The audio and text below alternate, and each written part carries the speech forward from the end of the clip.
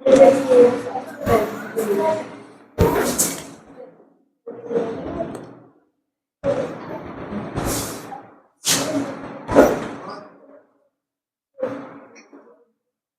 students, listen to me. Close your copy. Look forward. Understand these topics. Your past perfect continuous tense. And start now. First times you are remembering identifications. Translation to Hindi only for पहचान, है ना? Identification आपका जैसे पहचान पत्र आता है ना, आधार कार्ड, पहचान पत्र। अब ये पहचान है, हम पहचानेंगे कैसे उस चीज को हम समझ रहे हैं। नंदी बहन ऐसे सारा मतलब दीवार कच्ची है, दीमक लग रही है इनके पहले से। ना वीडियो फोन ही बना देंगे, खराब होगी वीडियो से कोई ताल्लुकात नहीं है, जान दो। पॉजिटिव सेंटेंस सकारात्मक वाक्य, जैसे कि हमने पास्ट परफेक्ट टेंस पढ़ा था तो उसमें भी हमने 4 पार्ट पढ़े थे, पॉजिटिव, नेगेटिव, इंट्रीगेटिव, नेगेटिव और WH वर्ड, समझ रहे हो ना? और इसमें भी 4 पार्ट पढ़ने हैं। पास्ट परफेक्ट कंटीन्यूअस टेंस है, इससे पहले हमने आपको प्रेजेंट परफेक्ट कंटीन्यूअस टेंस पढ़ाया था। सेम इक्वल बातें हैं, कोई थोड़ा बहुत डिफरेंट है। और डिफरेंट कौन सा है? हेल्पिंग वर्ब का। उसमें हैज बीन और हैव बीन का प्रयोग किया गया था, इसमें सभी सब्जेक्ट्स के साथ में हेल्पिंग वर्ब हैड बीन का प्रयोग किया, बाकी कोई किसी प्रकार का कोई डिफरेंट नहीं है। वहां पर जो हम पहचान पढ़े थे, उन पहचानों में यहाँ पे था, थी, थे की जगह वहां पे है, हूं और है ना, ऐसे था उसमें। जैसे कि यहाँ पे बताया है पहचान कि जिन हिंदी वाक्यों के अंत में कोई भी हिंदी का सेंटेंस है, जैसे कि सबसे पहले हम बात करते हैं पॉजिटिव सेंटेंस की। तो पॉजिटिव सेंटेंस का अगर हम एग्जांपल के हिंदी की सेंटेंस की बात करें, जैसे कि मोहन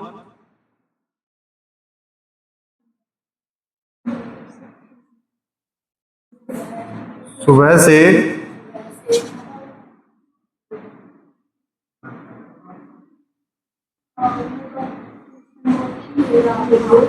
खेल रहा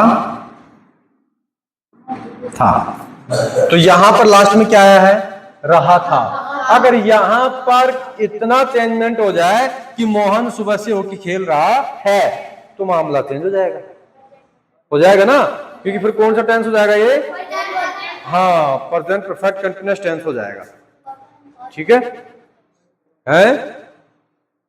अब यहां पे रहा था से रही थी से रहे थे, समझ रहे हो ना? ये सुबह से, शाम से, घंटू से, सालू से, समझ रहे हो ना? ऐसी स्थिति होगी तो उसमें हम क्या बोलेंगे? से रहा था, से रही थी, समय से पहले बोलना। इसमें जिन हिंदी वाक्यों के अंत में समय से पहले से रहा था, से रही थी, से रहे थे आदि शब्द हो तो है पास्ट परफेक्ट कंटीन्यूअस टेंस कहलाता है। इस टेंस के सेंटेंस में हेल्पिंग वर्ब, सहायक क्रिया, सभी सब्जेक्ट्स। अब सब्जेक्ट्स कौन कौन से होते हैं? जैसे I, we, you, they, plural noun यानी बहुवचन संज्ञा, और ही, सी, इट, नेम और सिंगुलर नाउन यानी एकवचन संज्ञा के साथ में हैड बीन का प्रयोग किया जाता है।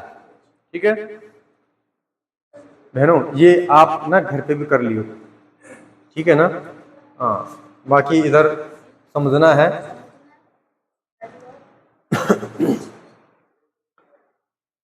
इसके बाद लिखा है कि टेंस के सेंटेंस में सिंस फॉर का प्रयोग किया जाता है।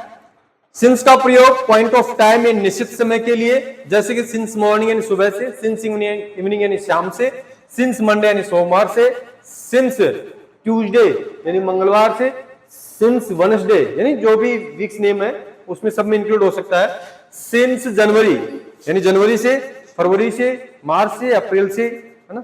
उसके बाद में सिंस वीक तो सप्ताह से, सिंस ईयर वर्षों से, सिंस आवर्स घंटों से, इटीसी एक्सेट्रा और भी वर्ड हैं, बाकी यही अधिकतर सेंटेंस में आपके यूज होते हैं। फॉर का प्रयोग पीरियड ऑफ टाइम यानी समयावधि के लिए, जैसे कि फॉर 2 मंथ्स, यहाँ पे 2 की जगह 3 भी हो सकता है, 5, 6, 7, 8 कितना भी हो सकता है काउंटिंग। भैया 6 तक नहीं, कितना भी हो सकता है, तो 6 कहां से आ गया इसमें, है ना? तो इसके लिए हम क्या बोलेंगे? यानी 2 महीनों से। अगर ऐसी स्थिति हो तो वहां फिर आपको किसका प्रयोग करना पड़ेगा? फॉर का। फॉर 3 इयर्स 3 सालों से, फॉर 5 डेज यानी 5 दिनों से, फॉर 6 आवर्स यानी 6 घंटों से, एक्सेट्रा। इस प्रकार के अगर कहीं पर भी आपको शब्द दिखता है तो इन वर्डों को आपको यूज करना है। अब देखिए सबसे इंपॉर्टेंट हमारे पास में यहाँ पे फॉर्मूले हैं, हिंदी का इंग्लिश में ट्रांसलेट करने के लिए इन फॉर्मूलों का यूज करना है। सबसे पहले पॉजिटिव सेंटेंस का फॉर्मूला है कि subject plus had been plus verb की first form plus ING object since plus time. ध्यान दीजिएगा आपके सामने पॉजिटिव सेंटेंस का फॉर्मूला लिखा है हिंदी का, इसको इंग्लिश में करना है, समझ रहे हो। अब देखो इसको गहनता से पढ़ लेना ही आपको हिंदी की इंग्लिश बनानी आ जाएगी।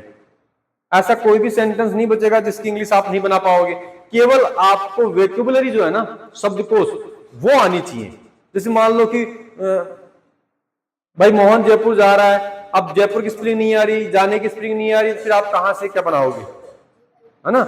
हाँ, वो काम तो नहीं कर सकते भाई आधी इंग्लिश आधी हिंदी, आज मेरे पट पड़ा इंदा कीचड़ में। तो इसमें ये हुआ ना कि भाई आधी तो इंग्लिश जितनी आई उसकी इंग्लिश हो गई, जिसकी नहीं आई उसकी हिंदी बोल दी। तो ऐसे सेंटेंस थोड़ी ना होगा, ठीक है ना। तो प्रॉपर आपको इंग्लिश के वोकैबुलरी मजबूत करनी है। तो देखिएगा सबसे पहले यहां पे देखते हैं कि मोहन, मोहन क्या है हमारा सब्जेक्ट। सब्जेक्ट यानी क्या होता है, हाँ कभी तुम सब्जेक्ट समझ लो, इंग्लिश मैथ साइंस ये सारे सब्जेक्ट हैं, वो सब्जेक्ट अलग है ना, वो सब्जेक्ट विषय में आते हैं। ये सब्जेक्ट कर्ता, कर्ता किसको बोलते हैं, काम को जो करता है उसी को, क्योंकि यहाँ पे काम कौन कर रहा है, खेलने का, इसका मतलब मोहन करता है ना। तो सबसे पहले मोहन की स्पेलिंग लिखेंगे, ठीक है। और देखो यहां पर चाहे तीसरी क्लास में विद्यार्थी या 12वीं क्लास में विद्यार्थी फर्स्ट टाइम में आ रहा है इंग्लिश में, अगर उसको जांच करना है तो हम क्या लिखवाते हैं, नाराम 12 खड़ी। क्यों लिखवाते हैं, उससे उसकी आईक्यू का पता लग जाता है। जैसे मान लो मोहन ही है, इसकी इंग्लिश उसको नहीं आ रही, कम से कम 12 खड़ी के हिसाब से तो बना पाएगा ना। हाँ 12 खड़ी नहीं आएंगे तो कहां से बनाएगा वो। और कभी कभी तो ऐसा होता है, जैसे मान लो कि कुछ वर्ड ऐसे होते हैं जिनकी इंग्लिश हमें प्रॉपरली नहीं आती, तो कम से कम 12 खड़ी के अकॉर्डिंग आप लिख तो पाओगे, है ना। हाँ 12 खड़ी नहीं आएंगे तो किसी ने अगर व्हाट्सएप पे कोई मैसेज भेज दिया हाय हेलो, तो आप रिप्लाई में आंसर भी ठीक से नहीं दे पाओगे, है ना। अगर 12 खड़ी आपको नहीं आई तो, है ना, आप कहाँ हो, AWAP आपके HA कहाँ, है ना, ऐसे लिखते हैं ना। लेकिन शायद मुझे लगता है कि 12 खड़ी तो अधिकतर सभी को आती होंगी, है ना। किस प्रकार की, जो व्हाट्सएप पे चैट कर सकते हैं उस प्रकार की 12 खड़ी बस। लेकिन प्रॉपर 12 खड़ी तो बहुत कम विद्यार्थियों को आती है ना, वास्तविकता में शुद्ध तरीके से। अब जैसे कि आपने AP लिख दिया, अप हो गया, लेकिन वैसे समझ जाएगा भाई ये आप लिखना चाह रहा था। भावनाओं को तो समझते हैं ना, कुछ वर्ड अगर गलत हो जाते हैं, यही लिखना चाहता था लेकिन मिस्टेक हो गई, वो समझ गया, वो आपको रिप्लाई में आंसर दे देगा। इसका मतलब ये नहीं है कि आपको पूरी 12 खड़ी आ गई, है ना। तो सबसे पहले हमारा सब्जेक्ट हो गया, उसके बाद हमने क्या लिखना है, हैड बीन। सब्जेक्ट कुछ नहीं देखना है, सभी के साथ में एक ही हेल्पिंग वर्ब है, हैड बीन राइट कर देना है। उसके बाद में वर्ब की फर्स्ट फॉर्म, वर्ब हमेशा सेंटेंस के लास्ट में रहता है। यहां पे क्या है, खेल रहा है, खेलने की स्पेलिंग क्या होती है, प्ले।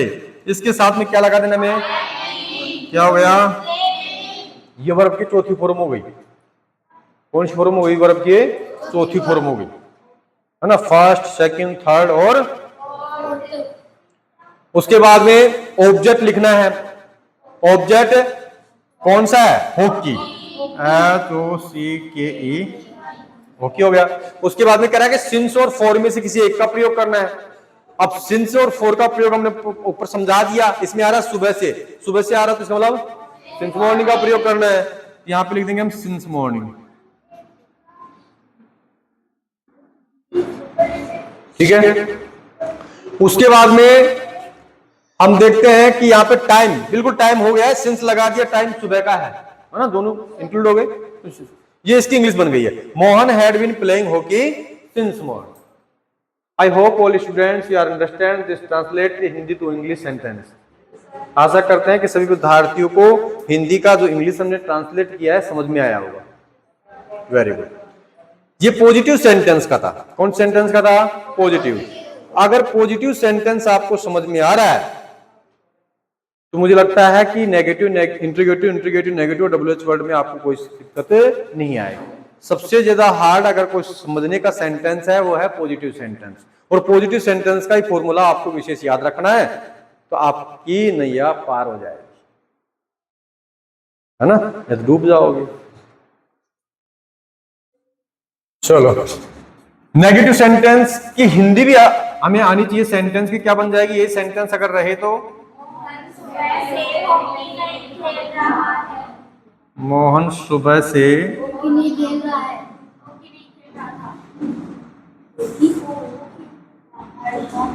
नहीं खेल, मोहन सुबह से हॉकी नहीं खेल रहा था। ये नेगेटिव सेंटेंस हो गया है। अब इस नेगेटिव सेंटेंस में देखना है कि क्या परिवर्तन करना है। बाकी इक्वल ही रहेगा। नहीं शब्द जुड़ा है तो हमें नोट लगाना है। यहां पर भी देखते हैं कि पॉजिटिव सेंटेंस हमारा subject had been plus first में plus ING object since plus time है। इसी का नेगेटिव सेंटेंस हम बात करते हैं तो सब्जेक्ट प्लस हैड और बीन के बीच में क्या लगा दिया हमने? नोट। बाकी पूरा सेंटेंस इक्वल है तो यहां पर भी क्या लगा देना? यहाँ पे नोट। बाकी इक्वल है तो हमने लिख देना यहाँ पे कि मोहन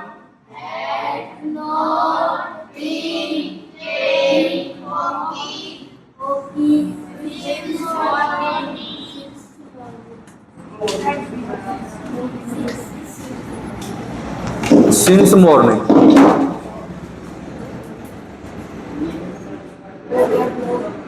ठीक है, दो सेंटेंस हो गए। फर्स्ट ये हो गया, सेकंड ये हो गया। अब हम थर्ड की बात करते हैं, इंट्रोगेटिव सेंटेंस की। हिंदी का सेंटेंस क्या बनेगा? यही सेंटेंस रहेगा, क्या मोहन सुबह से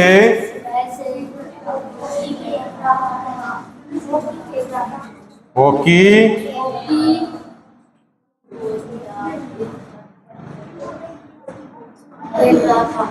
ठीक है। अब इसकी इंग्लिश बनानी है। पॉजिटिव सेंटेंस को देख लिया, नेगेटिव को देख लिया। अब क्या करना है? ये पॉजिटिव सेंटेंस जो है ना, इस हेड को यहां फर्स्ट में रख देना है, कैपिटल। फर्स्ट अक्षर क्या रहेगा? कैपिटल। यहाँ पे एच को कैपिटल लिख दिया, उसके बाद में सब्जेक्ट, उसके बाद में बीन, वर्ब के फर्स्ट में सारा इक्वल हो जाएगा। लास्ट में प्रश्न तक चिन्ह लगाना है। ठीक है, क्या समझ में आ रहा है? अभी हम चर्चा कर रहे थे, जैसे हम YouTube चैनल बनाते हैं ना, तो इसको देखते हैं, हम ग्रुप में डालते हैं तो देखो सभी देखते हैं, टीचर भी देखते हैं, गवर्नमेंट भी देखते हैं, प्राइवेट भी देखते हैं, सब देखते हैं। तो किसी ने मुझे ना कॉल किया, टीचर ने, गवर्नमेंट टीचर थे, कि सर जी टेंस पढ़ाने का आपका जो तरीका बिल्कुल अनोखा है, कहीं पर भी आपके जैसे टेंस कोई भी नहीं पढ़ाता टीचर। हमने यूट्यूब पे बहुत से वीडियो देखे हैं और यहाँ इधर उधर हम भी पढ़ाते हैं, लेकिन ऐसे कहाँ से सीखा है? हमने कहा हमारे जो गुरुदेव थे उनसे हमने सीखा है। और दूसरी बात, ये जो सिखाने का जो तरीका है, इस प्रकार का तरीका कहीं कोई पासबुक में, कहीं कोई गाइड में, शायद मुझे लगता है कहीं कोई यूट्यूब चैनल के ऊपर भी इस प्रकार का तरीका आपको देखने को नहीं मिलेगा।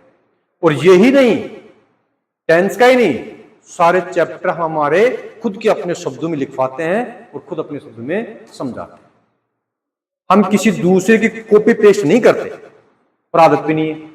जो हमें अच्छा लगता है, जो हमें अच्छे से समझ में आता है, वही हम आप लोगों को समझाने का प्रयास करते हैं।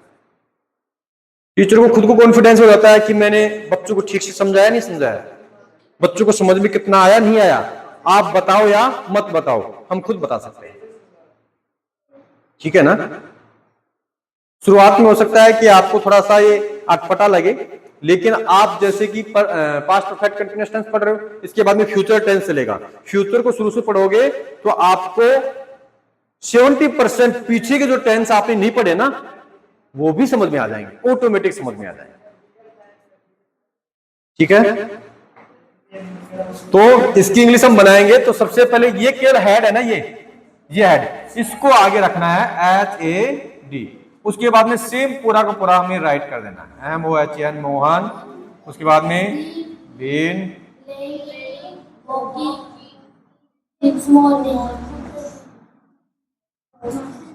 हॉकी,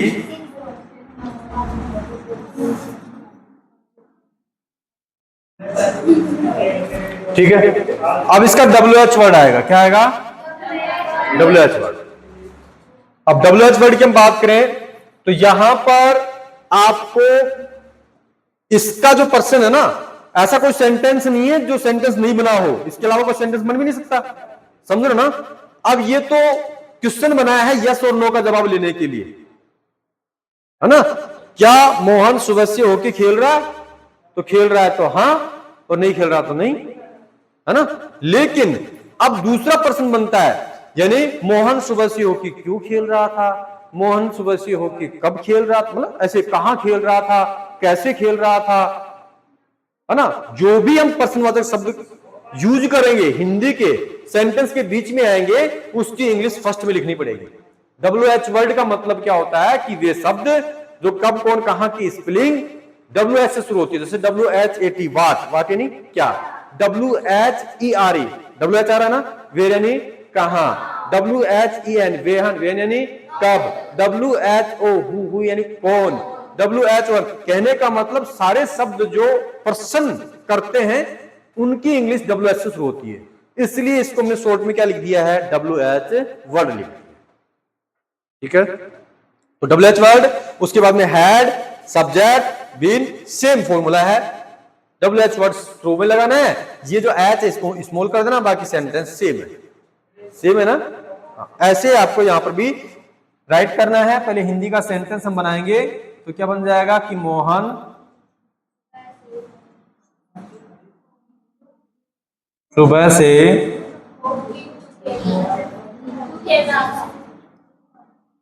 क्यों खेल रहा था।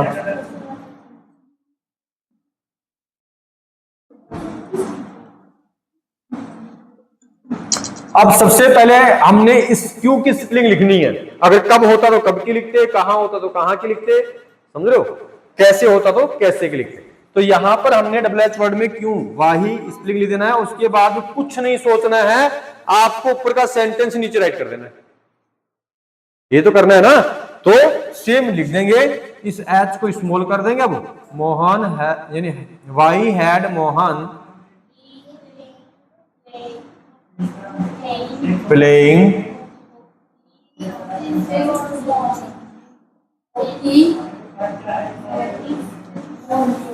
Since morning. ठीक है, बात समझ में आ गई। ये इंट्रीगेटिव सेंटेंस और WH वर्ड का बना है। अब हम बात करते हैं चौथे पार्ट में, इंट्रीगेटिव नेगेटिव सेंटेंस। नेगेटिव नकारात्मक है तो भैया बहनों आप लोगों को कुछ भी विशेष डिफरेंट नहीं करना है। इसका जो फॉर्मूला है सब्जेक्ट प्लस यानी had plus subject plus been plus verb की first form plus ING object since for plus time बना है। तो यहां पर इंट्रीगेटिव नेगेटिव सेंटेंस में सेम फॉर्मूला है, हेड सब्जेक्ट नेगेटिव है इसलिए हमने क्या लगा दिया, नॉट, उसके बाद में बीन वर्ब की first form plus ING object since for plus time, और लास्ट में प्रश्नवाचक चिन्ह लगा दिया है। तो यही फॉर्मूला सेम रहेगा, यही रहेगा, केवल नेगेटिव है इसलिए हमने नहीं का प्रयोग कर देना है। क्या हो जाएगा हिंदी का सेंटेंस का, क्या मोहन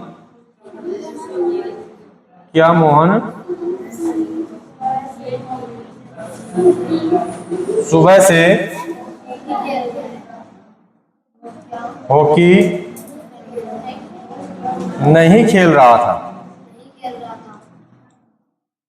इसकी इंग्लिश कैसे बन जाएगी, अब सेम यही राइट कर देना है, केवल मोहन के बाद में क्या लगाना हमें, नॉट। तो हैड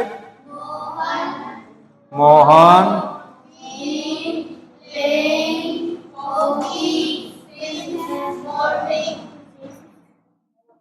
हॉकी सिंस मॉर्निंग।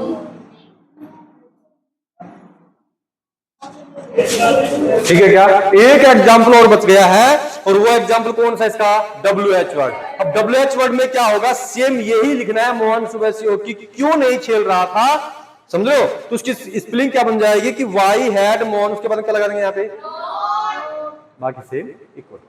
तो लास्ट का हमारे पास में जगह नहीं थी, इसकी वजह से हम नहीं लिखवा पाए। तो मुझे लगता है कि शायद इतना समझा दिया है, तो उसका WH वर्ड का फॉर्मूला भी आप लिख लोगे, WH वर्ड हैड, उसके बाद सब्जेक्ट के बनकर क्या लगाना है, नॉट, फॉर्मूला भी लिख लोगे, एग्जाम्पल भी आप कर लोगे, ऐसी उम्मीद करते हैं, है ना। और अब आपको यहां पर अभी एग्जाम्पल दे रहे, ये तो सारा आपको कहां पे राइट करना है, आपकी फेयर कॉपी में, ग्रामर की कॉपी में। और ये जो एग्जाम्पल हम दे रहे हैं ग्रामर की कॉपी में राइट नहीं करना, आपको रफ कॉपी में, या फिर रफ कॉपी नहीं है तो ग्रामर की कॉपी के पीछे वाले पेज पे आपको राइट करना है, क्योंकि इससे हमें पता लगेगा कि आपको कितना समझ में आया है। ठीक है, लिख रहे हैं हम कि मैं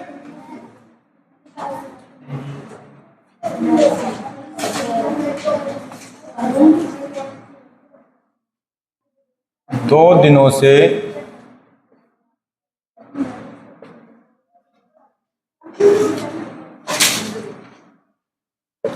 अंग्रेजी पढ़ रहा था। इसकी इंग्लिश मैं बना देता हूं, मैं 2 दिनों से अंग्रेजी पढ़ रहा था। हाँ, तो इसकी इंग्लिश क्या हो जाएगी? I had been reading English. अब 2 दिनों की बात हो रही है तो इसका मतलब फॉर का प्रयोग होगा, है ना? फॉर 2 डेज आ जाएगा। फॉर, इसका आपको, ये तो पॉजिटिव है, negative, interrogative, interrogative, negative, double H word जो इस प्रकार से बना है सेम ऐसे बनाना है इसको, ठीक है? और जो राइट नहीं कर पाया वो कंप्लीट पहले राइट करेगा।